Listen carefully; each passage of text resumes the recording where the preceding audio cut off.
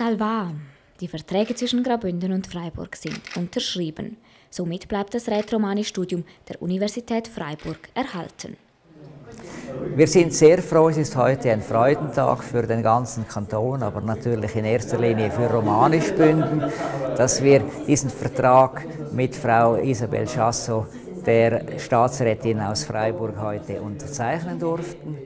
Es geht darum, in der Ausbildung der Lehrpersonen die ganze Kette zu gewährleisten, die anfängt im Kindergarten, das geht dann in die Primarschulen, in die Sekundarschulen, in die Mittelschulen, dann in die Universität. Wir haben heute die Spitze dieser Kette gesichert und darum sind wir so froh. Diese neuen Verträge sichern eine langfristige Zukunft für die rätoromanischen Bachelor-, Master- und Doktoratsstudien an der Universität Freiburg. Für dieses Ziel hat sich auch Johannes Fluri, der Rektor der Pädagogischen Hochschule Graubünden, stark engagiert.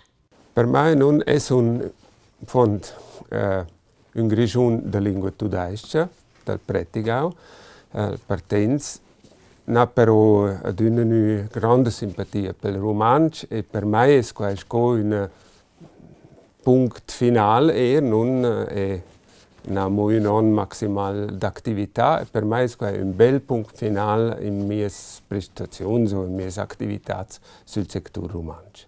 Die Zusammenarbeit zwischen den Schulen und den beiden Kantonen soll in Bezug auf die Rätoromanisch-Professur noch enger werden.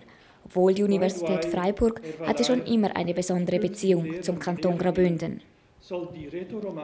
Die Universität Freiburg wurde damals gegründet, einmal vom Staatsrat Georges Piton, aber beteiligt war an dieser Gründung auch ein Bündner Nationalrat, Gaspar de Courtins. Und seit dieser Gründung ist eigentlich die Verbindung zwischen dem Kanton Freiburg und Graubünden sehr eng geblieben. Wir hatten immer auch Professoren aus diesem Teil des Landes. Und es hat immer auch Bündner Studierende gegeben, die nach Freiburg kamen. Und von daher, glaube ich, ist das ein sehr großes Ereignis für uns heute, dass dieser Lehrstuhl, der bis jetzt von Professor Darms vertreten wurde, jetzt auch kontinuierlich weitergehen wird. Und die Suche nach einem Romanisch-Professor läuft bereits.